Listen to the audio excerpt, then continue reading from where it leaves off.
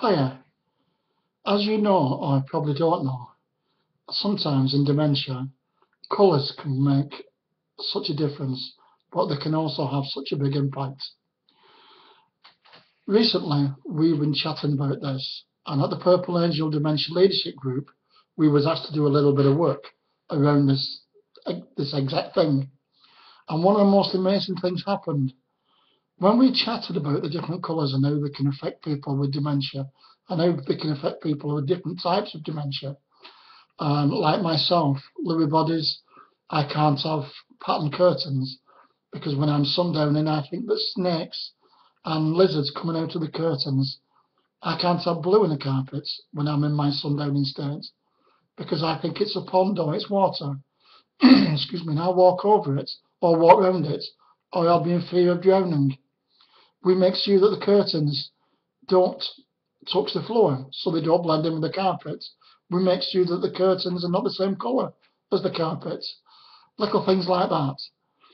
But the one most interesting thing that came out of it was when somebody put the question, which I'd never heard before, what happens if they're colourblind? I know. I had never, ever thought of this before. So even though it's bad enough having dementia, but to be colourblind as well. So when people take all the precautions and the goodness of their heart to make sure that you don't see these frightening things and you don't hallucinate because you've seen these colours and they've triggered something up in your mind, how many people have actually gone to the trouble of asking the people with dementia, are you colourblind? I know it's in some people's records, but I have that feeling it's not the top of people's priorities list to find out if they're colourblind or not, because you're poorly enough, especially when you get into mid or late stages. But with a little thought and a little understanding, maybe now, if people start to ask if people are colourblind and they find out off their families which type of colour affects them most and what colour it is that they see that others don't, maybe we could stop a lot of stress and a lot of worry. I'm so proud of my Purple Angel Leadership Group because we did this little bit of work for Young Dementia UK. And out of that little bit of work came this question. And now, all weekend, that's all I've been thinking about.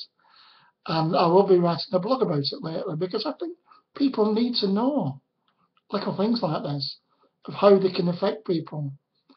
So, as I always say, do your homework, guys. Find out what type of dementia it is.